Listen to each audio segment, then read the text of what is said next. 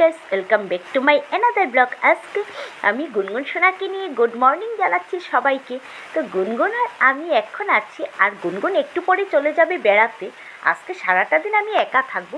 তো আমি কি করব, চান টান সেরে এক গ্লাস চা নিয়ে বসেছি, চা খাচ্ছি।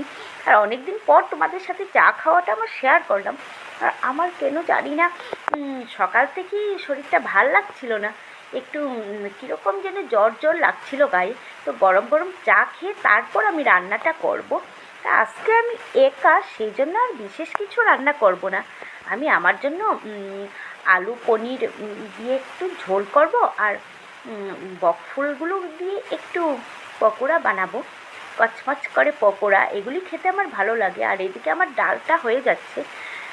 এই দেখো, আমার ফুল গাছগুলো একটু একটু বড় হচ্ছে, একটু একটু ঝোপের মতো দেখা যাচ্ছে। আর আমার এইগুলি দেখে মনটা ভালো হয়ে যাচ্ছে, কারণ পরিশ্রম করে এনেছি, পরিশ্রমের ফল সফল না হলে কি হয়। আমার বাসনপত্র ধোয়া সব শেষ, সব কাজ আমার কমপ্লিট।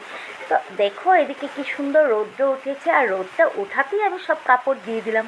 আর এখন আমি দুপুরবেলা, তো দুপুরবেলার খাবার টাবার খেয়ে নেব, খেতে বসেছি। তো খেতে তারপর আমি একটু বিশ্রাম করব। আর আজকে তো একা, তাই গুনগুন শোনা আস্তে আস্তে সন্ধ্যা হবে। তো আমি ততক্ষণে একটু শুয়ে থাকবো, একটু কিছু আমার টুকটাক আছে সেলাই করব, দেখতে থাকো ততক্ষণ। Bye viewers.